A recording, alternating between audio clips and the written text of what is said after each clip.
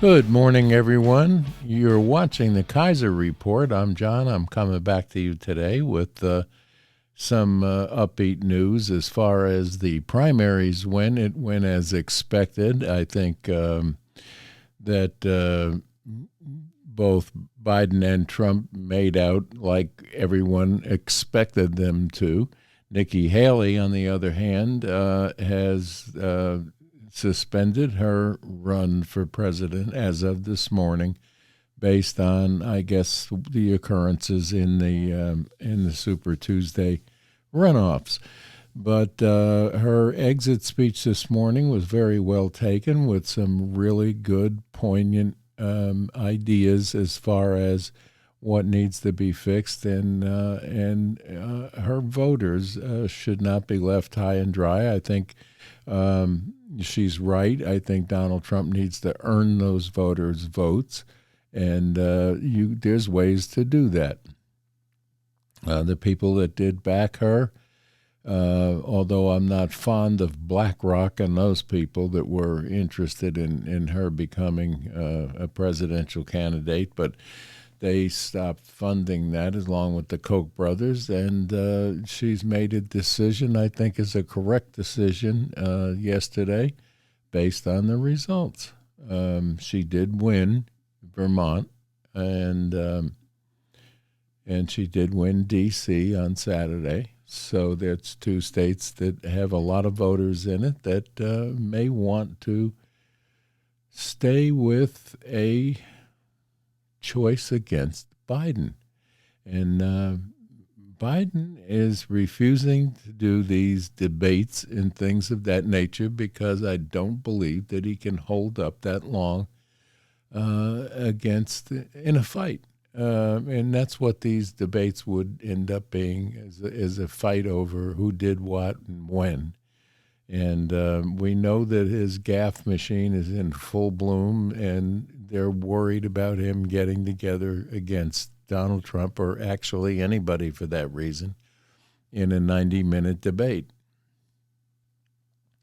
We'll see where it goes. Of course, you don't get a real good snapshot of what people are thinking when you don't see an independent on the vote, which annoyed me a little bit, that RFK Jr. is not getting the recognition that he needs as a viable candidate in this running. And I think that, we'll have to see how that works out. But all these candidates, including RFK Jr., need to be heard and decide for yourself what you think is going to be best for you, your family, and the country that you sit in, protect, and love.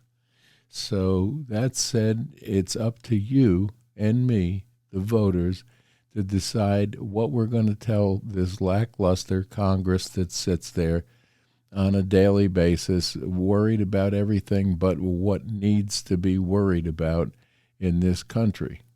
And we're sick of it. And the down ballots, as I've said from the beginning, are important for us to make the proper choices in the down ballots to get the correct congressperson or the correct person in that Senate seat that will actually do something for you, the middle class in this country, which is disappearing rapidly, and the border. They're going to hang their hat in on the fact that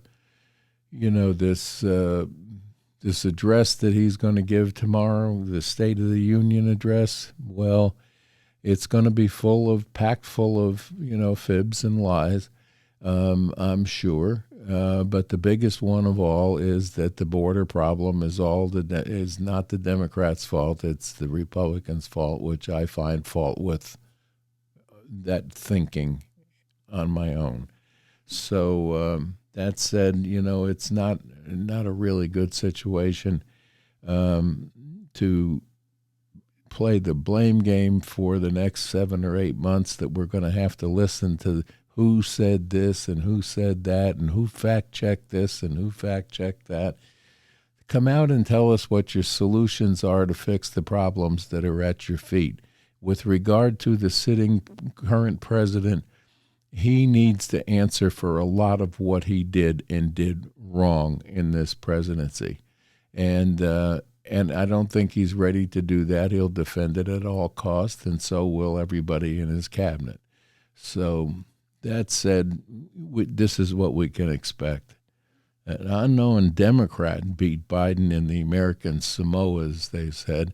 That is a very unusual thing to have happen, but we know a lot of unusual things are happening, such as Mitch McConnell coming out this morning and deciding that he's going to back Donald Trump in the election. So I'm glad to see that a Gen Zer can beat the Joe Biden in America's Samoa. Okay. Let's see. On the Trump side of things, I haven't heard too much from him yet today, but I can assure you that we'll be hearing from him to tell us how great he did in Super Tuesday, which is not a fib. I mean, he really did do well. I'm pleasantly surprised that there's that many people that have awoken to the fact that we have a problem in this country, and that somebody that has the past experience of fixing these things can come back in and do that job. So I'm not endorsing anyone. I'm just saying that we have a candidate that knows how to fix this. Actually, we have two candidates if you look at RFK Jr., which the media doesn't want you looking at, and obviously they don't want us to get a whole lot of what he's saying, and he has to go on platforms such as this or Rumble or Joe Rogan or places like that where he can get his message out, and whether or not it's being well received by the American public is up to what happens at the polling booths. Unfortunately, the independents are not put on these Republican and Democratic ballots for primaries, which I think is wrong. I think it should have been in there. There is a write-in in there. If you chose that method, you could do that. So, and one good thing about when I went to vote on Tuesday was the fact that I had to show 2 forms of ID, and they had to verify that I was a registered voter. Why cannot this be done all over this country in every state that has a voting possibility?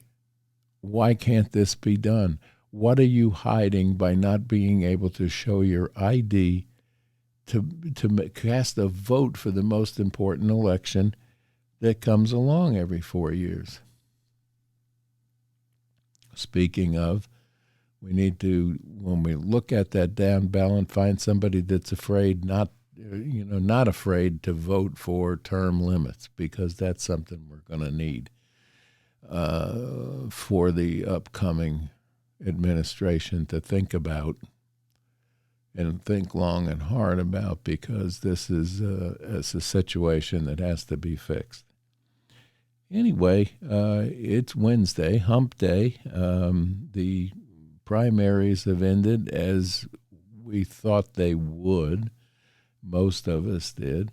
And we hope that now we can get down to the business of saying, okay, here's problem 1, here's problem 2, and here's problem 3, and here the solutions are for these problems. This is what we want to hear from our candidates from here on in.